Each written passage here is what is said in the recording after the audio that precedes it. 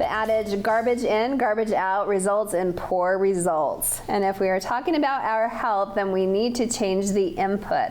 Let's welcome Andrea Barney, a clinical dietitian from the Spanish Fork Hospital, to the chatter. Welcome. Welcome.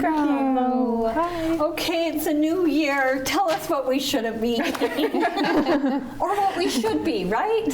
Gotcha. Yeah. And I think just tell us a little bit about you to start. Yes. Like, what is a clinical dietitian? What do you do? What does your day look like? Yeah, so I work in a hospital. I visit with patients all day. They come in and see me for various reasons, whether that's weight management or diabetes, or even like autoimmune conditions. I see a lot of those. I mean, everything we eat impacts our health, and so we just talk about kind of their current habits and any changes they can make to improve their health and improve their condition. And it's great. I see a variety of things, and I love it. I bet. That's so diverse. Like, is it people that are in the hospital that you're seeing, or do they come in like for an appointment per se? Yeah, it's a little bit of both. Majority is they come in for an appointment, and they come in and see me. Okay. So, Well, I was actually just going to put myself out there and say I've been in the hospital a couple of times this past year, and it feels more now like room service. So I think that it's improved. Maybe over the years. Anything to do with that? And I guess maybe that's the question. I mean, do you have anything to do with that? Because, when you're selecting from the menu, there's certainly things you can choose or not choose, while you're there, for the duration. Yeah, I honestly don't really have a say in that, but whenever I do go talk to patients in their room, if they do have questions about like what should I be eating, they're definitely placed on like a specific diet for their condition or for the reason that they're in the hospital, but I don't have much to do with like the choices that they have. That's okay. So. Okay, for our everyday folk then, so people that are not hospitalized and just want to talk about general nutrition, or maybe, it used to be the food pyramid. I think that's kind of changed or kind of upside down now. Yeah. Maybe tell us a little bit about that, maybe how we should be looking into the new year. Yeah, so with a lot of people, we talk a lot about kind of eating more fruits and vegetables. That's a big thing that we talk about with people. We don't really follow the food pyramid anymore, kind of the new like government like way or recommendation is called My Plate.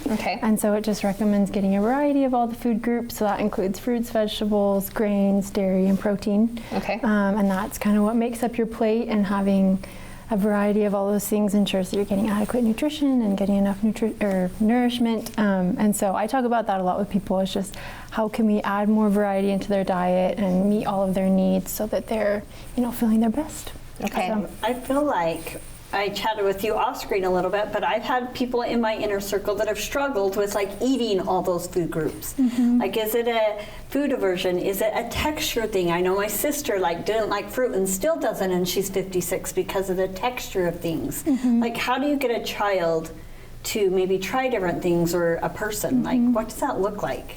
Yeah, I think a lot of times if we can just start with something that is familiar with them and something that they like, and just slowly adding in new things, but keeping, the familiar thing, like with your sister with the fruit, say, I don't know, does she like bread or does she like protein, stick with the protein, but just add a little bit of fruit on the side and try that and see how it goes. And I feel like a lot of times people come into my office and they have a lot of like big ideas and big ways to change, and I think more important is just finding the small things that they can change, and over time those small things add up and make a big difference. And so I think and looking into the new year, a lot of us have New Year's resolutions that are centered around health, and a lot of that is eating and making healthier choices and exercising, and so it can be very overwhelming. And statistically speaking, most people that set goals lose that goal by 2 to 3 weeks into January. And so what does that look like for you in recommending and setting them up for success, right? Like,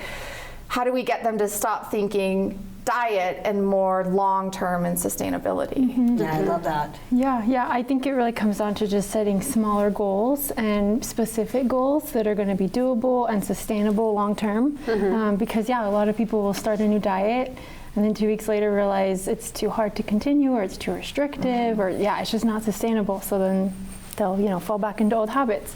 And so instead of thinking of that, think about what are some small changes I can make now that are sustainable, that can be long term, that I'm actually going to want to maintain for the rest of my life, and that will be helpful. Taking out all the sugar and all the bread, and then you're just like, Right. in a week, you're just done. Then you Right? can't take it anymore, right? And then you do rip into the pantry and you start pulling out the sweets and picking out the potato chips or the late night snacking or all of the things that we know that we shouldn't be doing. But then, you know, you hear so much now too, you know, everybody's protein, or Keto. you know, or the balance. Like maybe there's what's your opinion about supplements? I mean, there's all sorts of protein drinks, there's protein bars, there's protein everything. And then you start maybe even getting into stomach issues, you know, hard to digest. Yeah, I always think it's a good idea to just get your nutrition from the source. Okay. You know, supplements can be really helpful, especially if you aren't able to, you know, eat a lot, or say you have like a food allergy or something like that. But I think that it's best to just eat whole food and get your nutrition and, you know, vitamins and minerals and protein from actual food rather than like a supplement or a powder or something like that. Do you feel like that's kind of like the generation in which we're living in? Is there so much processed food, right? So many different restaurants and preservatives. Is that like an addictive substance that maybe is in some of that food? Or why are we struggling a little bit with weight? And like Ozempic and all the things that we now have, like, is this good for us? Yeah, I mean, I definitely think that the additives and preservatives in food, especially any like added sugar, can definitely be addictive. I mean, it tastes good, it's really palatable, and so, you know, we eat a little bit of it and we want more of it. And so I think it's, you know, all things in moderation for sure. I don't think it's necessary to cut it out like completely and avoid it completely.